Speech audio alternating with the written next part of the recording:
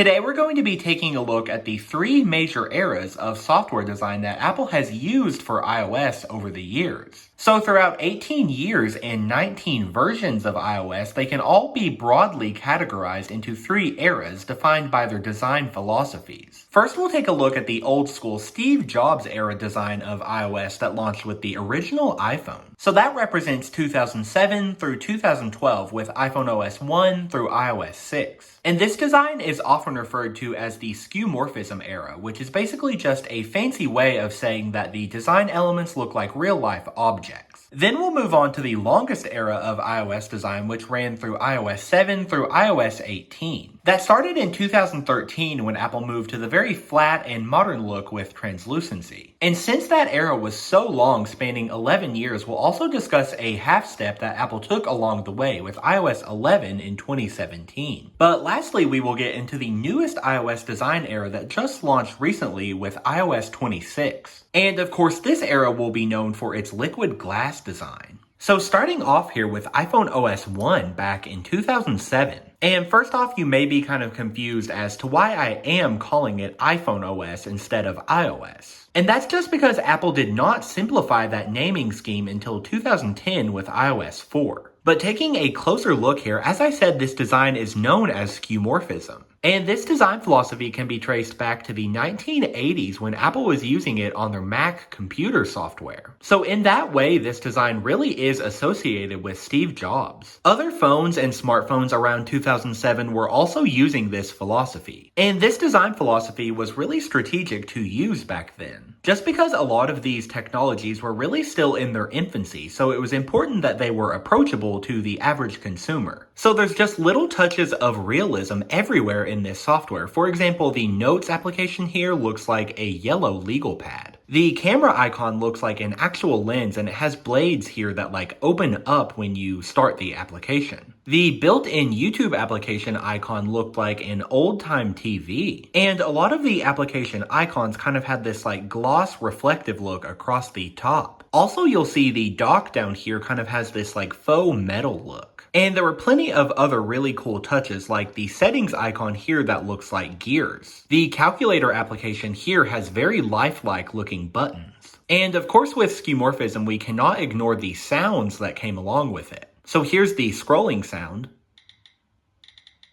the sound for locking the device, as well as unlocking it, the charging sound, and the shutter sound when taking a photo. But yeah, that is a general overview of iPhone OS 1 where it all began. It's really difficult to fully relay the importance of the original iPhone and this software version. There really was not anything on the market like the iPhone when it launched, as back then really every phone and smartphone had a physical keyboard. So on the iPhone here where everything was all digital, it was just really a shock to the industry. But the iPhone as well as iPhone OS would really pick up popularity the following year. So in 2008, that's when we got the iPhone 3G and iPhone OS 2, which had one really standout feature. And that was, of course, the native App Store on this version.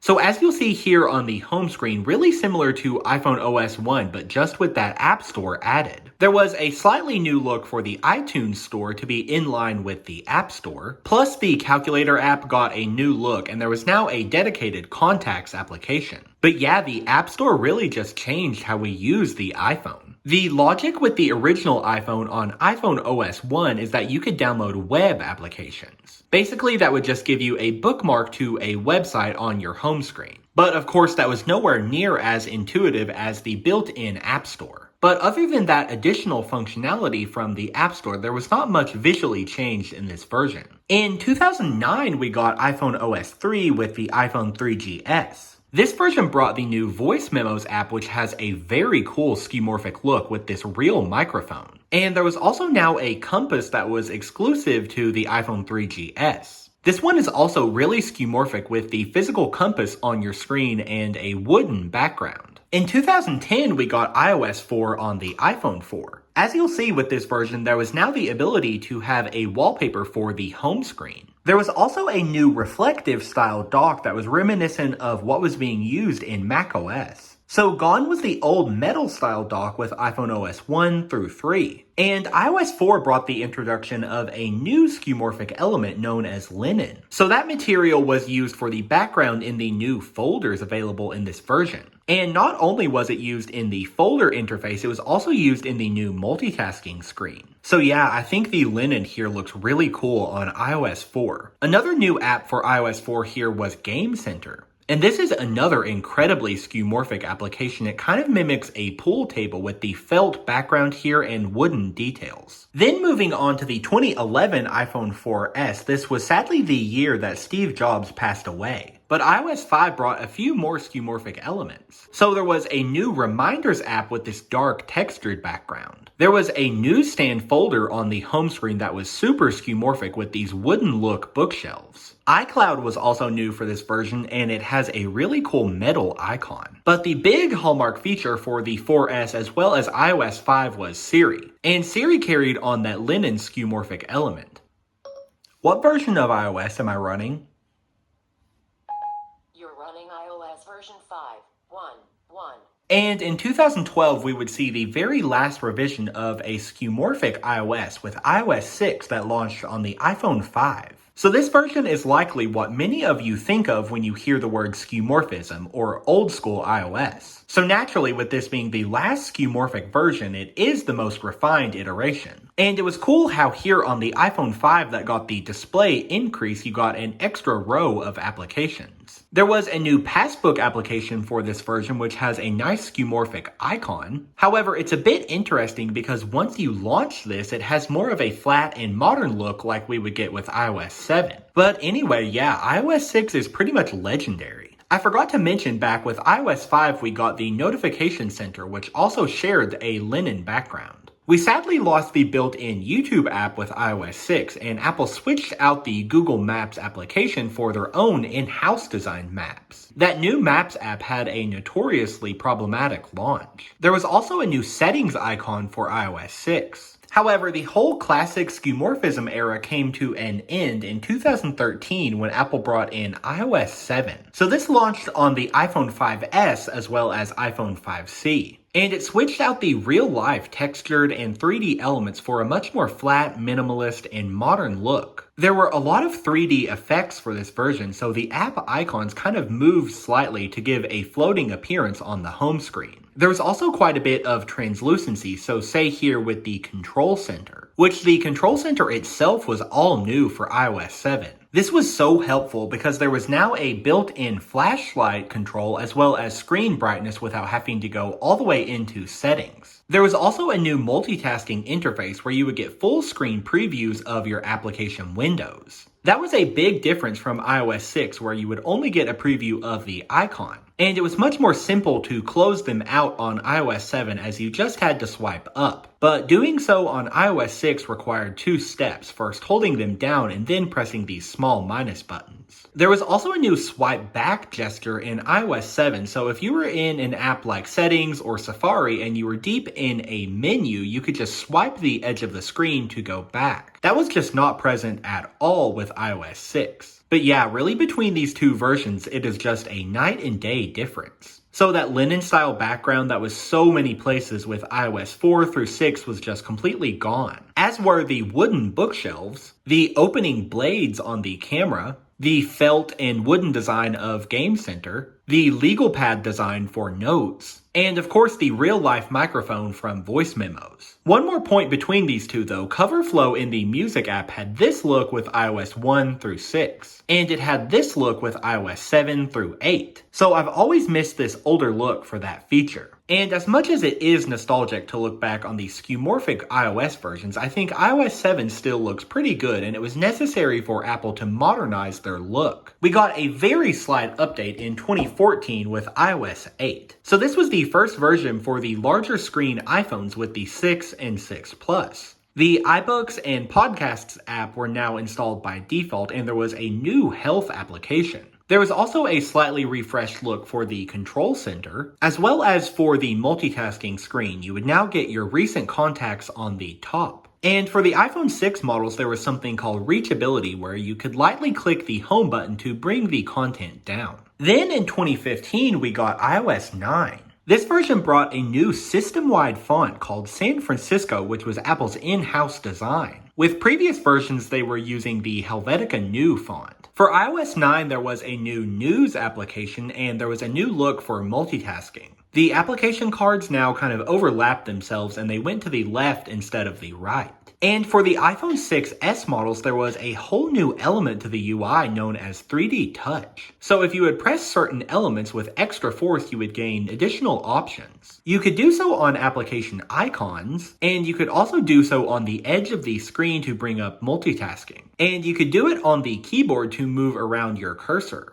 iOS 10 came out in 2016, and this version sadly removed the slide to unlock feature. That, of course, had been present since the original iPhone, so that was pretty sad to lose it. There were a few new apps in this version, so the Home application was now available for your smart home accessories. And the TV application came with later versions of iOS 10, replacing the old Videos app. Also, I forgot to mention, but the Wallet application here was new back in iOS 9, replacing Passbook. There was also a very unique control center for iOS 10. So there was a first page here with basic controls, then a second one with audio controls, and you would have a third one available if you had smart home accessories connected. This was quite different from iOS 7 through 9, where it was just all on one page here. Then in 2017, we got probably the biggest update to the flat iOS design. And that was, of course, with iOS 11 on the iPhone 10. So this version featured an all-new navigation system for the UI using gestures. And that was necessary because this was the first iPhone to ditch the home button that had been present since the original. But aside from the new gestures like swipe up to open and this swipe up and hold to access multitasking, there were also some new icons. So most notably here with things like Maps as well as the App Store and iTunes Store, these were different from what had been used with iOS 7 through 10. Also, the control center in iOS 11 was new. So it was now consolidated back to one page with these little platters that you could hold on to expand. Obviously very different from what we had with iOS 10. But funny enough, this is nearly identical to what we have with even the newest iOS 26. And iOS 11 had some other subtle changes, so the lock screen was now merged with the notification center rather than being separate on iOS 10. Also in applications like Settings, there was a new interface here. So you now had this large left-aligned bold title instead of the smaller centered one with iOS 10. One of the biggest quirks of iOS 11 that was exclusive to the iPhone 10 was the way you would close apps out with the multitasking interface. So you were not able to just simply swipe them up to close them as you had been able to do since iOS 7. Instead, Apple kind of took a step back to iOS 4 through 6 because you first had to hold down on them. Then you would see these little red minus icons and you are now able to close them out. This was changed back to a normal operation with iOS 12 in 2018. And here I have iOS 12 on the iPhone XS Max. This version didn't have many visual differences from iOS 11. Instead, it was really focused on being a speed and performance improvement. And that was especially nice because iOS 11 was a very buggy and unstable release. In 2019, we saw iOS 13 with the iPhone 11 lineup. And this version brought a feature that iOS users were pretty much begging for, which was an integrated dark mode. So that was really nice to have. Also, this version moved the volume indicator to the left of your device. No longer did it appear in the center. Here's what it looked like with iOS 12 and below. It was very distracting like this. Then with iOS 14, we got the ability to have widgets on the home screen, which was something Android had pretty much since the beginning. So that was really cool that iPhone users were finally able to have those. In that version, we also got the app library, which made it a lot easier to hide apps and kind of declutter the home screen. And I'll just kind of quickly go over iOS 15 through 18 because unfortunately I don't have any devices in my collection running those versions. iOS 15 really didn't make too many visual changes, but iOS 16 brought the very customizable lock screen. So the ability to do things like have different fonts and colors for the clock on the lock screen. iOS 17 really didn't make too many visual changes, but starting with iOS 18, there were some new customizations for the home screen. So you are now able to more freely arrange the icons. They didn't all have to be in a row together. And also there were new tint and color options that applied to all of the applications.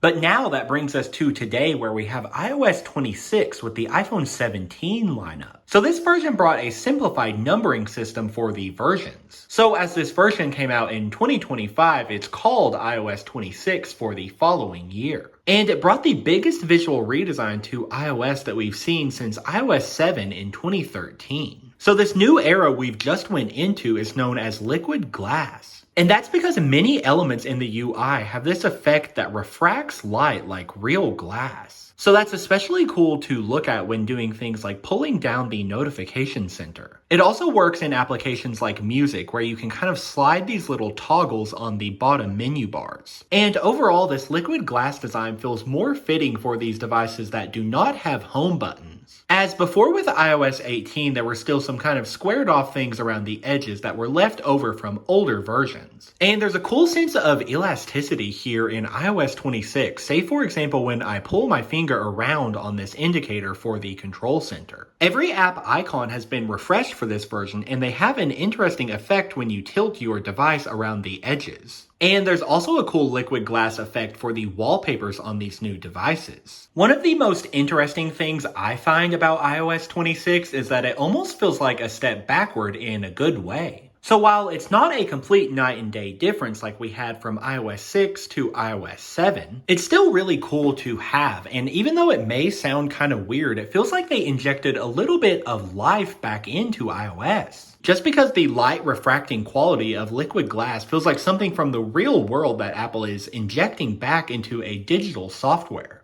It was pretty cool how Apple showed off physical models of what they were going for with iOS 26 in real life during the keynote event. And certain things here, especially with the camera icon, kind of feel like a callback to these early versions. So yeah, that pretty much concludes my look at the three major software design eras used in iOS over the years. Unfortunately, I'm missing quite a few devices there in the iOS 15 to 18 timeframe. But hopefully you were still able to get a good impression for how iOS has changed over the years. Be sure to leave me a comment below with your favorite iOS version. I think for me, a few of the standout versions include iOS 5 and iOS 8. But obviously here at Mac Throwback, I tend to be more interested in the older devices. But yeah, thank you guys so much for watching, and I'll see you all in the next one.